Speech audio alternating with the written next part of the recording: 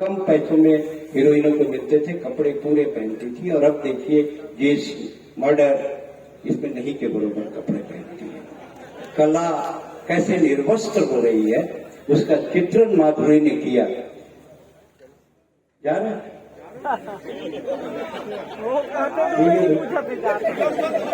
नमस्कार कर लो यार, जाते भाभी जी को चरण स्पर्श करना मेरे तरफ, इस वक्त तो आप ही का है, मेरा तो सिर्फ भाग है।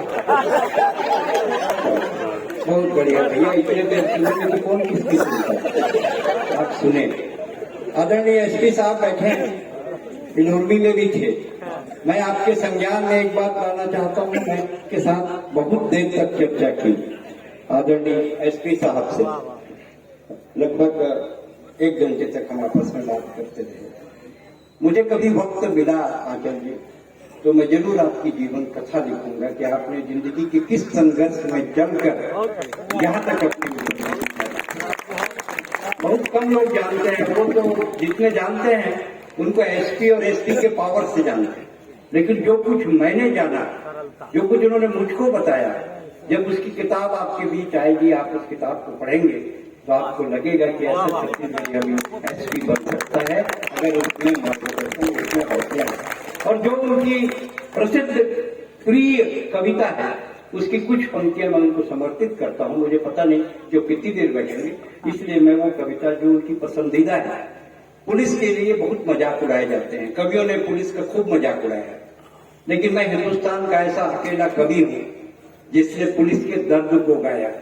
जब मैं दुर्ग अस्पताल में डॉक्टर था, मेरे अस्पताल के पीछे पुलिस लाइन था। पुलिस लाइन में मैं एक दिन गया तो मैं वहां जाकर देखा पुलिस वाले इतनी खराब हालत में सिपाही रहते हैं। एक का बच्चा बीमार था और दूसरे तीसरे दिन जब मैंने पता किया तो पता लगा कि वो बच्चा मर गया और उसके पिताजी की सिपाही की ड्यूटी बस्तर में मंत्री की सुरक्षा में लगी हुई है। उसके कुछ दिनों बाद विनोद चौबे की शहादत हो जाती है।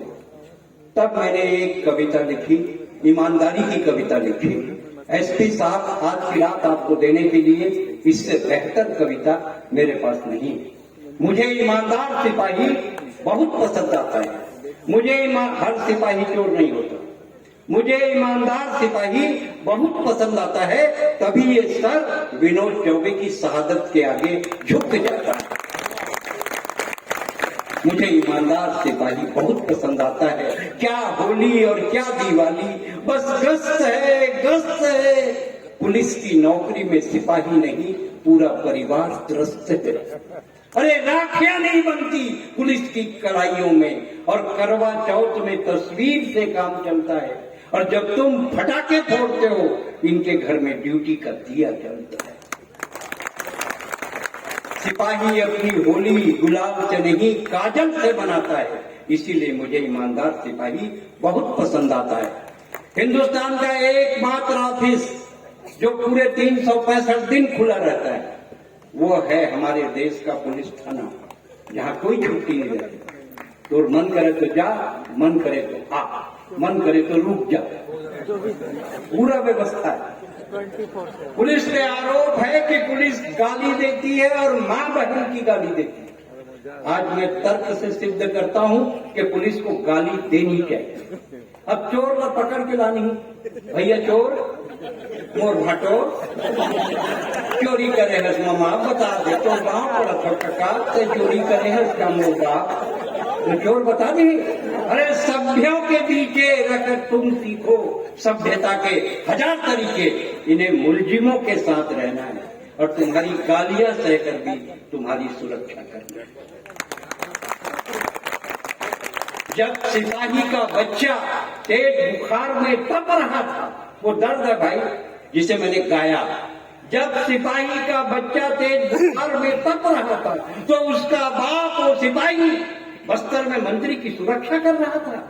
हेवी ड्यूटी ने उसका सपना निचोड़ डाला और बेटे ने बिना बाप के ही दम तोड़ डाला। लड़खड़ाते कदमों से वही सिपाही दूसरे दिन गश्त में जाता है। इसीलिए मुझे ईमानदार सिपाही बहुत पसंद आता है। तभी ये सर विनोद चौबे की शहादत के आगे, विनोद चौबे का नाम ले रहा हूं, आसमान तक तालियां बजना चाहिए, जिसने अपने सैनिकों की, अपने जवानों की जान बचाने के लिए अपने प्राणाहुति दी मानपुर में। अगर वो अपना जान बचा लेते तो भला ही 24-25 जवान मर जाते, लेकिन वो बच सकते थे, पर उन्होंने अपने जान की परवाह नहीं की। इसीलिए मुझे ईमानदार सिपाही, फिर रिटायर पुलिस का तो हाल बेहाल होता है। कोनो मोहल्ला में सिपाही जाए ना रिटायर, इधर साले कानून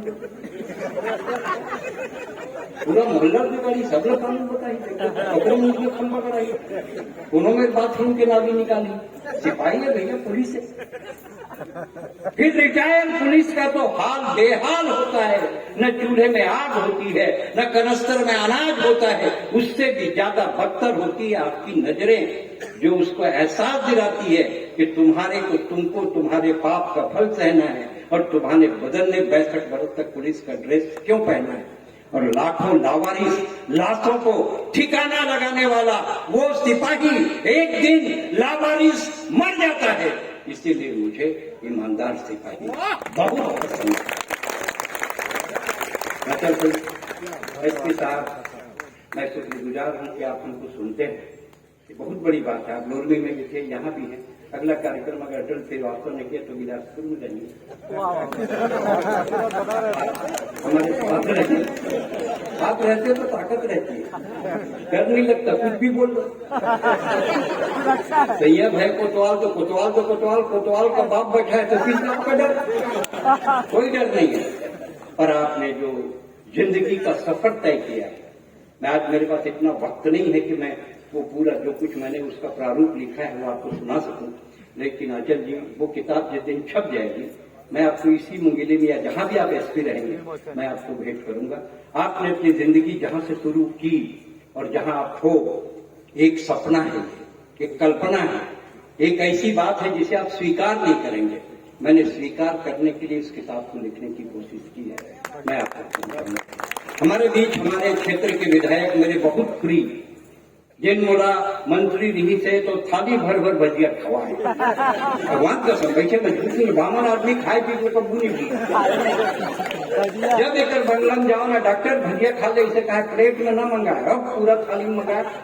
साले एक दिन भजिया खा ले, 1 महीना तक फुर्सत।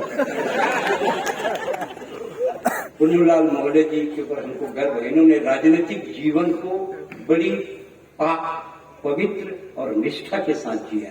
ऐसे राजनेता बहुत कम होते हैं, अंगुलियों में गिनने के लायक होते हैं, जिन्होंने अपना पूरा जीवन समर्पित कर दिया। भाई पुन्नूलाल मोहल्ले, मैं प्रणाम करता हूँ और मेरा निवेदन है कि आप मंच पर आए और 3 मिनट हम आपको सुनना चाहते हैं, 5 का खुद ही कर लेंगे।